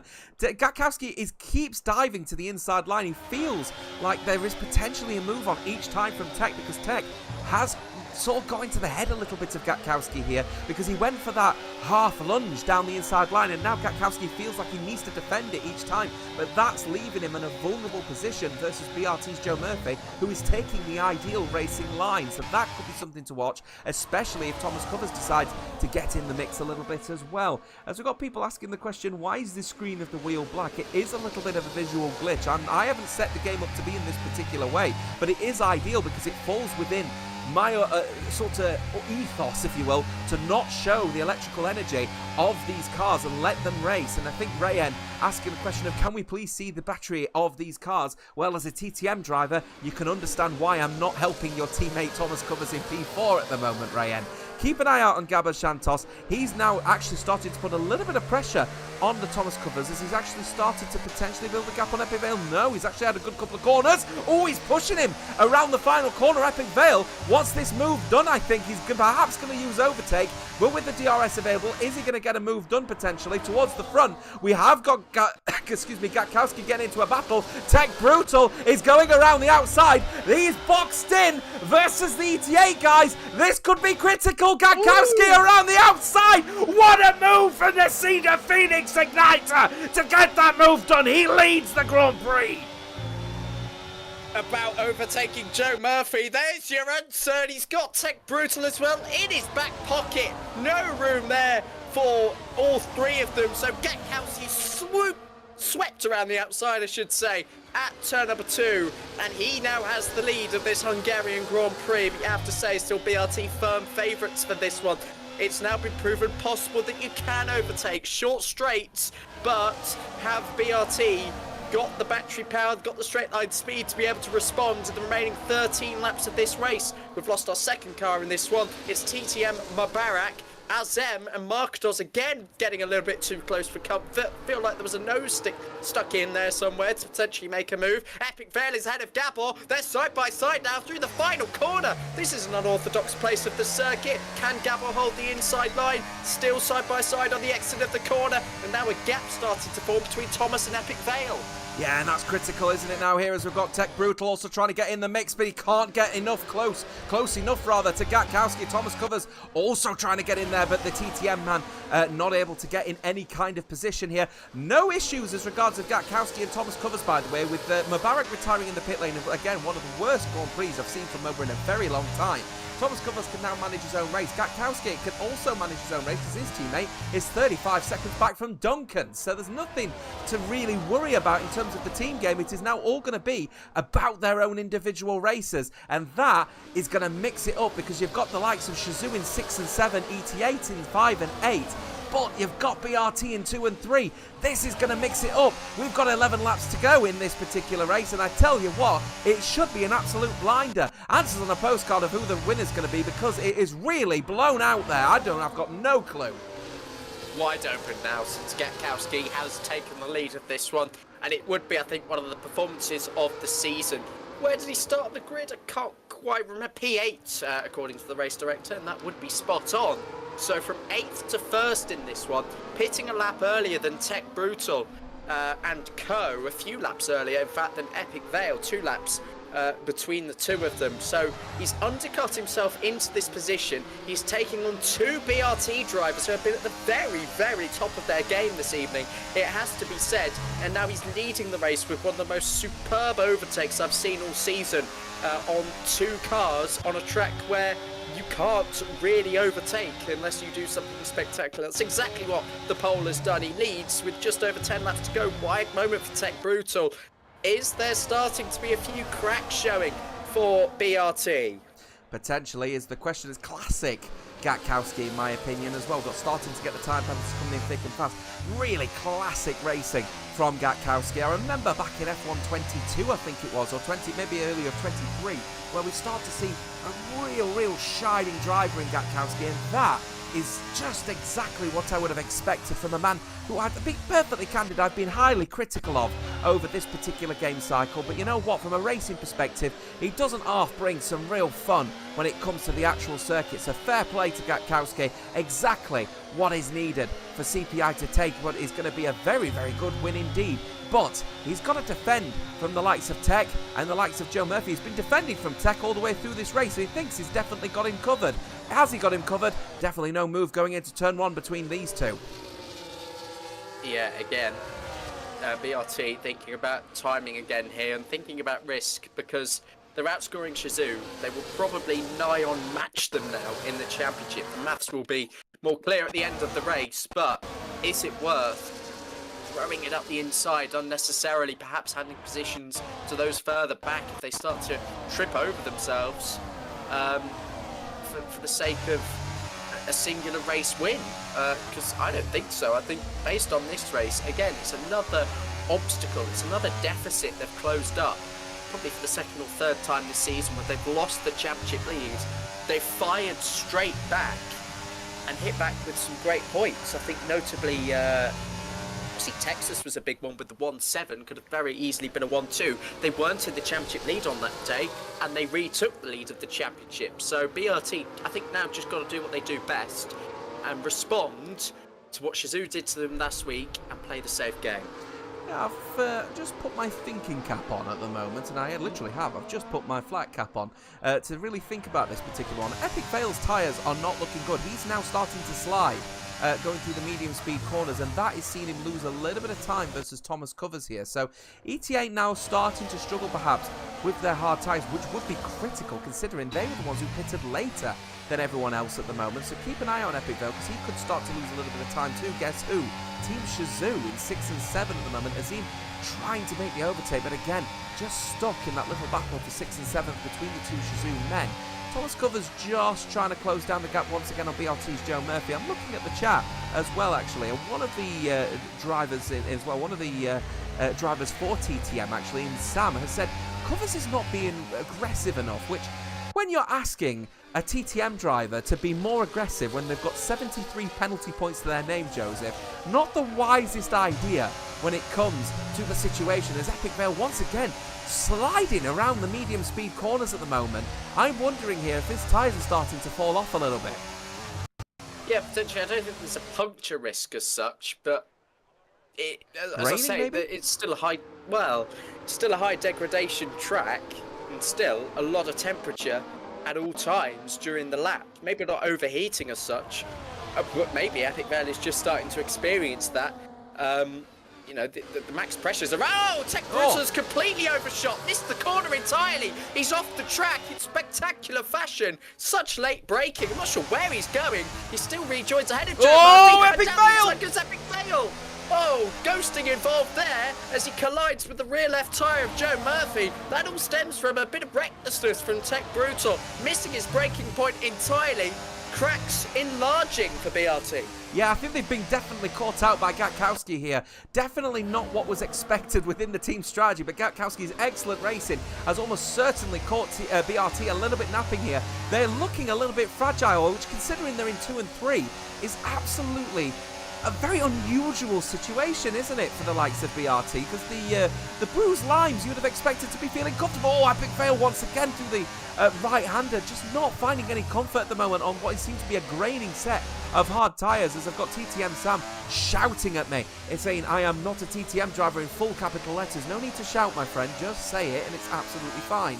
Epic Fail up to P4 on graining tyres, but really starting to put the pressure now on the green machines. But let's be honest here, they're looking a little bit vulnerable at the moment on BRT. Yeah, potentially so. Don't want to repeat that again into the first corner, and they don't. I must say, 116 of you watching, some fantastic supporters ever in the Legacy division, and you are watching another thrilling end to another race in this thrilling season. It's Tech Brutal trying to get somehow past Getkowski. He's got to keep on the track though for it to be valid. Can he do so in the remaining 6.5 laps of this race? Time will tell. Marcos with the penalty, but a slide on exit for Tech Brutal. I think the graining is being experienced by most cars now. It could be graining, could be overheating. Not quite sure what the tyre percentage is at this point, but because you pit so early and are running a set of hard tyres so long in this race, it is making the end of this race a complete challenge. Is anybody going to shine through, having managed their tyres slightly better than some of the other cars, and maybe pick up some big pieces? Ooh. Gabor, that is the last thing he needed his home Grand Prix. It's the last thing Shizou needed. On a day where they could have extended the championship lead, they're now going to fall short once again to BRT. That could be critical because he'll fall as far low as P9 as a result of that one at the end of this race. EVE's AJK racing 3-second time penalty. Pretty sure that's now going to be the end of his race. And he's straight in as well. Here they come. Oh, safety car is out on the track, and that is as a result of a collision and AJK Racing crashing in the second sector. That has blown this race wide open, folks. We should be in for an absolute cracker. It's a sprint to the end. It is a sprint to the end. What do they do tyre-wise? These hard tyres are dead. They need time to breathe. But BRT have got a dilemma. They've got a double stack. Shizou have got a dilemma. They've got a double stack, as have ETA. Getkowski is going to have a free pit stop here. Joe Murphy's out of the session. It's all going on. They'll get it back in ASAP because I don't think his AI will pit otherwise. Yeah, this is a critical thing. I'm just caught in the moment at this situation. Getkowski, is in the best situation. Would you believe the people that have lost their drivers or are the right at the back of the grid are probably in the best position here? Getkowski is definitely going to be able to benefit massively from this one. Joe Murphy, by the way, has disconnected. Of all times to disconnect during the safety car is the best situations. People have been caught out by that one. Joe Murphy's got to get back in his car pronto here because they will be a double stack. If he can't get back in this car and make the decision for him, the game will probably pit him. He's just got back into his car. Is he going to be able to make the pit stop? They are staying out on these hard tyres. Thomas Covers is coming in. Epic Vale is coming in. Gabor coming in. Shizou Oscar, despite the double stack, is coming in. Azim, despite the double stack, is coming in. Duncan is also coming in alongside Markados. Azim, is staying out. He's staying out despite the 3-second penalty. He's getting on with it on a set of hard tyres. And Markados will now be promoted to P4. But look at the ray of red tyres coming on as Joe Murphy has disconnected from this lobby once again. He needs to get back in pronto. I think Epic Vale's in trouble. He stumbled. He was hesitating on what to do, and then he completely crossed. He'd passed the separation point and crossed over into the pit lane. If anybody's caught that, then they are fully within their rights to report a potential contender for the race victory here. And I don't often comment on things like that, but that is very clearly within the track notes that he's done something wrong there. So I will leave it at that for the time being. However, Thomas Covers pitting onto the soft tyres. Few criticisms in the chat that he's not aggressive enough. He has to be now. He's got to power past 4 cars on aging hard tyres who now cannot pit. They're confined behind the safety car. They've already caught up to him. He's got 4 moves to make himself a race winner in the Legacy division. How is Francesco Largo now 1 minute and 2 seconds back on everyone else? I'm confused here now. He's lapped, isn't he? He might be lapped, but still, he's 1 minute and 4 seconds and 5 seconds of gaining back on Duncan, not against everyone else here. If we take a look at the situation versus the leader, he is 1 minute and 18 seconds back, so he should be able to get to the back, we hope, at the end of this one. But to say the least, the safety car is now picking up the drivers. It's lap 31 of 35. It'll be 32 of 35. 3 laps to go. They say it's not a marathon. It's a marathon, not a sprint. But it certainly is going to be a sprint. The front 4 are on hard tyres that are aged considerably. They will warm up a little bit faster, but let's be honest, everyone is definitely in a bit of a spot to bother on the soft tyres. We've got more people exchanging positions for some reason behind the safety car. They'll give those positions back, no doubt. 3-second time penalty, though, for Gabor Santos. It's a 3-second time penalty for Markados. That is massive in terms of the championship for Gabor Santos. If everyone else keeps it clean, I'm sorry, Shazoo are going to lose out big time. If everyone gets to the back of the safety car, including Francesco Largo, Gabor Santos could be as low as P16, P15. He might only be able to get a point. Yeah, it looked like with the penalty it'd be on for P10, but now even worse following the deployment of this safety car due to AJK Racing's late crash in this one as the viewers spike a little bit more. Good evening to you all. You've joined at a great time because we're about to have a 3-lap sprint to the finish. Can Gatkowski hold on after one of the performances of the season to date? BRT didn't come into the pit lane. Connection issues now for Joe Murphy. Huge opportunity for them to retake the championship lead, but they have to hold on against the likes of Thomas Covers, Epic Vale and Co. were all on fresh, soft tyres. And look at the tyre difference indeed. Here's something for you, Joseph. As the safety car's coming in at the end of this lap, it will be a 3-lap dash to the end. And a little bit of a veteran of the Formula One scene on an old hard tyre versus perhaps a newbie in a Red Bull on a fresh set of soft tyres at the end of the race. Does that sound familiar, AD21? Here we go then. Lap 32 of 33, but lap 33 of 35, 3-lap dash to the end of this race. 4 drivers are braving it out on an old set of hard tyres.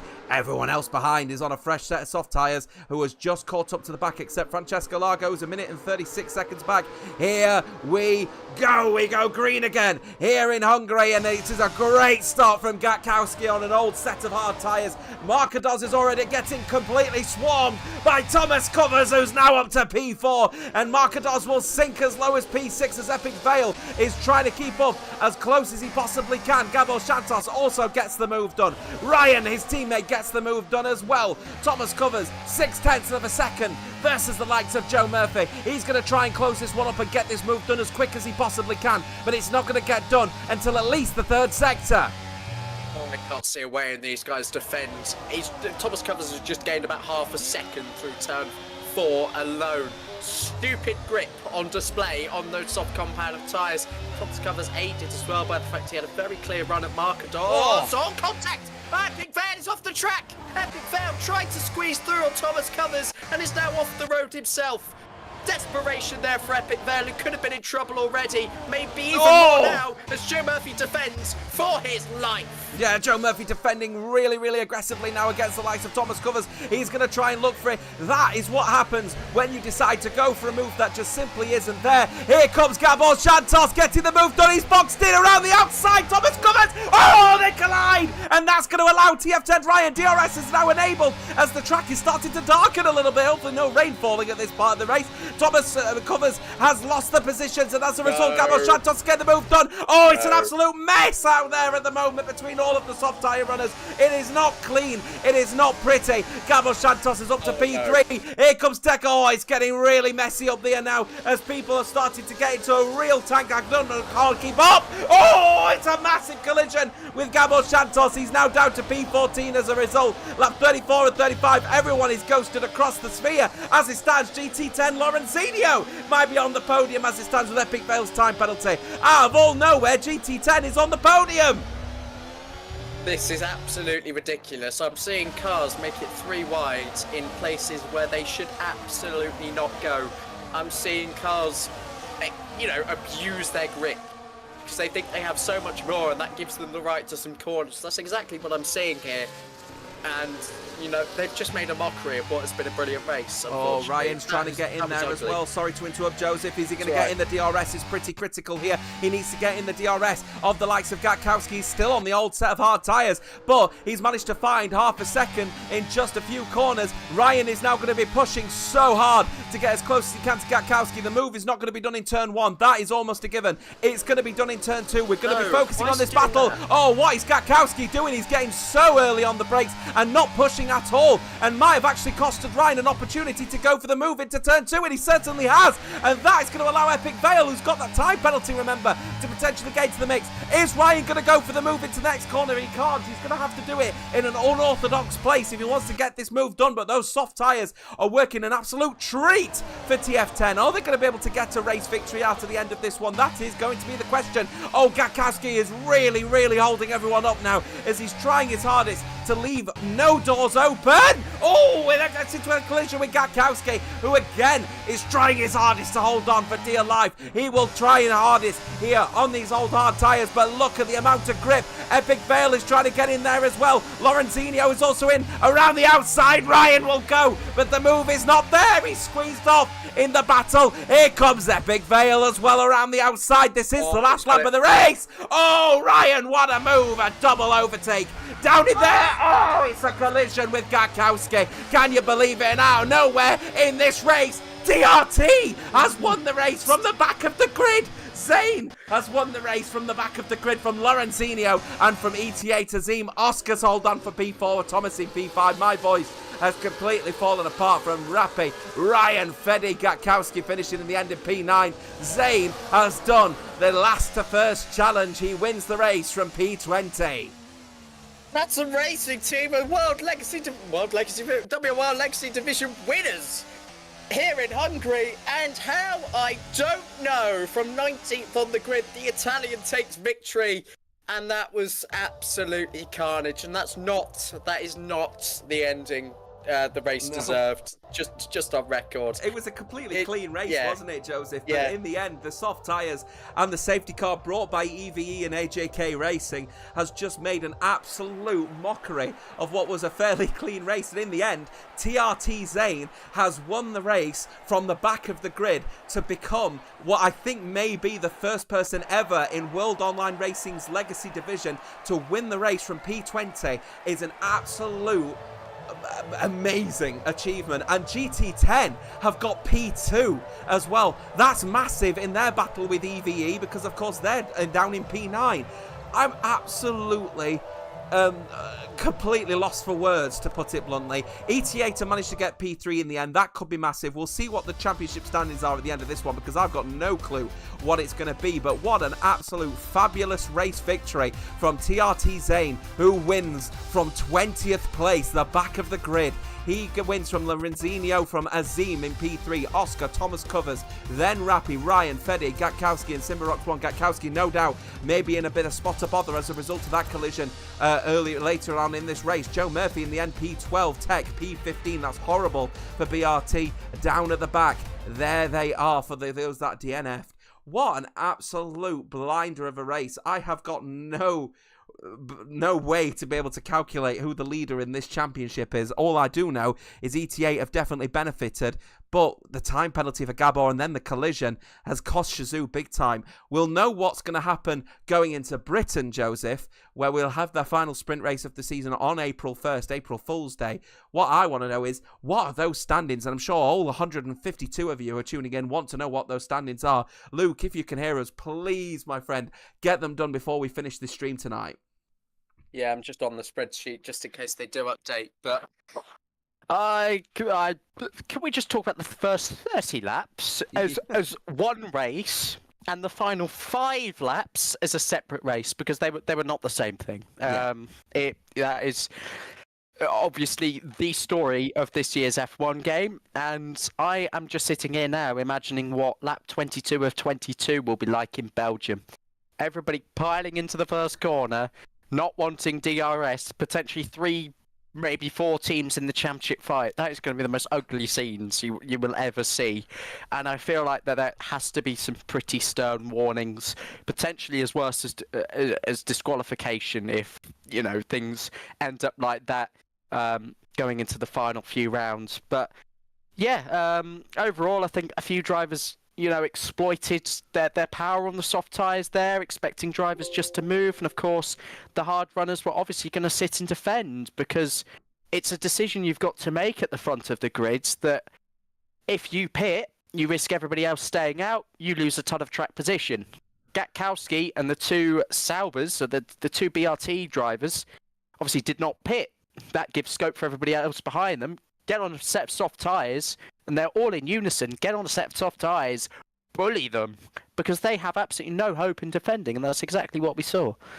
Well, I'll tell you what, we're going to have a little bit of a further conversation with the broadcast is ending, but we're still going to be here for all 107 of you still tuning in to try and figure out what the final standings are. Please, if you're an admin that's getting these grids, getting these bits set up, please sort it out for us, because I am desperate to see who the championship leaders are. ETA have definitely earned massively. Shazoo and BRT have lost out big time. Could be very close indeed after all the points are added on. But I tell you what, let's review the first 30 laps, the first race, before we get into the sprint race right at the end, which was a bit, mental in this one, Joseph. Not a bad race, to be fair. You got all the drivers that were really sort of trying to play the mind game throughout there. Gatkowski definitely got caught out, I think, by Tech going for that half-hearted move, and after that he was constantly defending that inside line into turn 1. Then the crash happened with AGK Racing, EVE's driver in the Mercedes, which brought the safety car out with 7 to go. Everyone in the rest of the race, other than the front 4, switched to a set of soft tyres, and in the end, TRT are the ones that end up taking their first race win of the season. They only managed to accumulate a couple of third-place finishes on terms of podium, but the first time that they take a win, it's a historical record breaker. P20 to P1, last to first challenge completed. Yeah, had it not been the disqualification, then did they get put? They get put to the back in the end because of the disqualification. Yeah, they did. So the disqualification. Did, yeah. So yeah, because it's technically a race, because it's technically a qualifying ban. Yeah. They never took part in qualifying, so they couldn't have even been disqualified. So to be fair, that is a fair assessment. It's still P20 to P1, last to first for TRT. Yeah. The only time that they take a race win this season is record breaking. Yeah, no, I did give them a bit of stick in quali because I thought that Feddy was a bit off the pace. He was in Q3, never strung a lap together. He just looked a little bit out of place, a little bit out of sorts. But in the race, they haven't put a foot wrong. They do deserve the opportunity to come through and win the race. And I will call it an opportunity because it was there for them to take, and they did. Can't imagine the emotions as they crossed the line. They've had 2 P3s so far this season. Been not really anywhere near the podium in any other race. After a good start to the season, their form has significantly plateaued, and now they've got something to shout about again. So, again, well done to them. That's a historic moment in the Legacy Division, but of course, a lot went on, so we can't yet call it final. That, by the way, is the 7th team this season to win a race in the World Online Racing Legacy Division this season. Shazoo obviously have got the 2. BRT, I think, have got 6 to their name. ET8 have got 5 to their name. CPI have got 4 to their name, and TTM have got 1 to their name. And then the team that departed us after round 5, Novus Racing, they got their race win at round 2, all the way back in Abu Dhabi, I believe it was. Real long time ago, that one. Now looking back on it, we have got the standings now going in. What we do know so far is it's a massive points haul for TRT, and they've actually closed down the gap considerably on the likes of TF10, but the points are now starting to get in, so we'll no doubt get a little snippet of that one before we go off air. But it gives us an opportunity to review what is a massive situation for GT10, their first podium of the season. A team that joined us from round 6 after Novus Racing departed. What that does is effectively, not mathematically, but let's be candid, has pretty much secured EVE's demise at the back of the grid in P10. The FRT agenda must continue. They're now looking over their shoulders. They're about to potentially be overtaken by the French outfit of GT10. That'll be a fascinating battle until the end of the season. They've matched FRT's best result, which was a P2 in, I want to say Spain. Yeah, it was Spain. So yeah, that is game on between the two of them. And of course, GT10 with 5 less races under their belt. So looking at the points per race, metrics and all that, GT10 may firmly have that battle on that metric. Right, numbers have been crunched. Yeah, Shazoo still leads It's the new biggest gap in a long time, 51-point lead over BRT, 708 to 657. ET8 managing to get on the podium provisionally. They finish the round on 652. They're 56 points off the lead. And of course, CPI with the car out basically on lap 1 now fall 126 points off the championship lead provisionally. Yeah, it's interesting to note. So I'm just keeping an eye out. So despite all of what has been a completely messy race, it doesn't look like anybody has changed positions in the standings. So Shazoo still lead. As you said, they are now breached into 700 points, 708 points. And by the way, all of this being said, of course, off of the back of what will no doubt be a bunch of stewarding inquiries coming in at the end of this race. So take these with a pinch of salt. What I will say, however, is TTM on 530. They've got one DNF, but the 9th place finish. CPI, both of their drivers finished, but one of them finished, would you believe, in P17 as a result. So as a result of that particular race, they haven't really managed to extend their gap against TTM. So what's ended up happening is they've further entered what is a bit of a no man's land. So it is going to be a battle for P4 between TTM and CPI. That will be fascinating to watch. And in the battle here for TF10 and TRT, the gap between them, again, very much provisional, is 5 points for the battle for P6. So that is also going to be a battle seriously to watch. And unfortunately for EVE, the gap between them and GT10 is well over 50 points now, which could be a little bit unassailable for a team that got a double DNF in their race in Hungary. We will take, obviously, a lot of learnings from this particular race. Joseph, final thoughts from yourself in that one? It's all about, you know, keeping it clean, keeping it nice and cool, nice and easy, and a record breaker.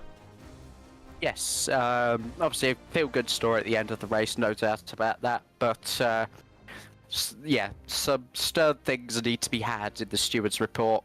I think an uptick in penalties, the severity of them should be applied for the remainder of the season, because sometimes it's just not enough, and yeah, we may yet see a repeat. So, see, we don't want that to happen, but we need to stop it from happening. Well, final thoughts from myself, really. 5 points the difference between ET8 and BRT, but over 50 points separating Shazoo from BRT and ET8.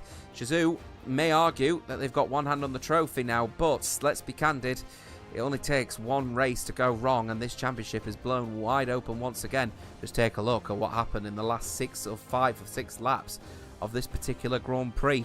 One thing's for certain, a lot of learnings to be taken. They've got a week's break. We've got to finalise the F1 Esports Championship, and then we're back for the British Grand Prix in the final sprint race of the season on April Fool's, April 1st. Thanks for watching. It's been an absolute blinder to have you alongside us for this one. We'll be back, as I said, in a couple of weeks' time for the British Grand Prix. Take care. Bye-bye for now.